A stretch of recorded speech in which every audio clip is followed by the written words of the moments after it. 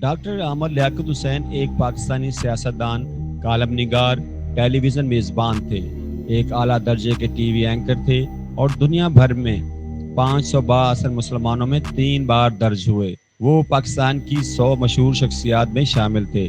Super star کے بارے میں ان کے متنازع تبصروں کی وجہ سے انہیں میڈیا پر متعدد بار تنقید کا نشانہ بنایا گیا۔ وہ اگست 2018 سے اکتوبر 2021 تک پاکستان قومی اسمبلی کے رکن رہے، جب انہوں نے پاکستان تحریک انصاف سے استعفیٰ دیا۔ اس سے قبل وہ 2002 سے 2007 تک قومی اسمبلی کے رکن رہے اور وزیر اعظم شوکت عزیز کی وفاقی کابینہ میں 2004 سے 2007 تک وزیر مملکت برائے مذہبی امور بھی رہے۔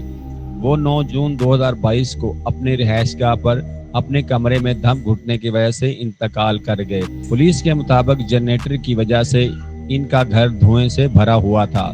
لیاقت حسین 5 جولائی 1971 کراچی میں سیاستدان شیخ لیاقت حسین اور کالم نگار محمودہ سلطانہ کے ہاں پیدا ہوئے۔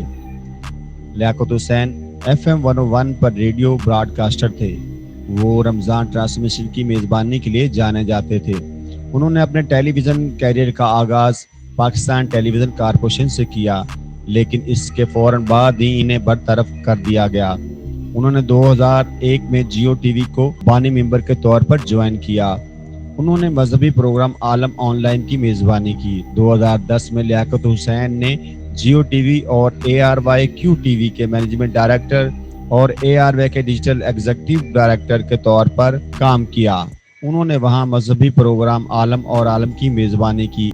اس کے بعد انہوں نے 2012 میں جیو ٹی وی دوبارہ جوائن کر لیا اور 2013 میں امان رمضان کی میزبانی کی۔ 2014 میں جیو ٹی وی کے نائب صدر بن گئے اور گیم شو انعام گھر کی میزبانی کی۔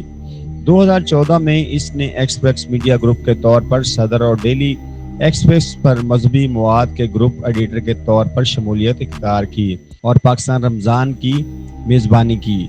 ڈاکٹر احمد لیاقت نے 3 شادیاں کی۔ ان کی پہلی بیوی سیدہ بشرا عامر سے 2 بچے ہیں۔ جون 2018 میں انہوں نے سیدہ طوبہ انور سے اپنی دوسری شادی کی تصدیق کی۔ یہ شادی تقریباً 3 سال تک جاری رہی۔ فروری 2022 میں ڈاکٹر احمد لیاقت نے 18 سال کی سیدہ دانیہ شاہ سے شادی کی۔ مئی 2022 میں ان کی تیسری بیوی سیدہ دانیہ شاہ نے مسٹر حسین کے ساتھ شادی کے 3 ماہ بعد ہی طلاق کی درخواست دائر کر دی۔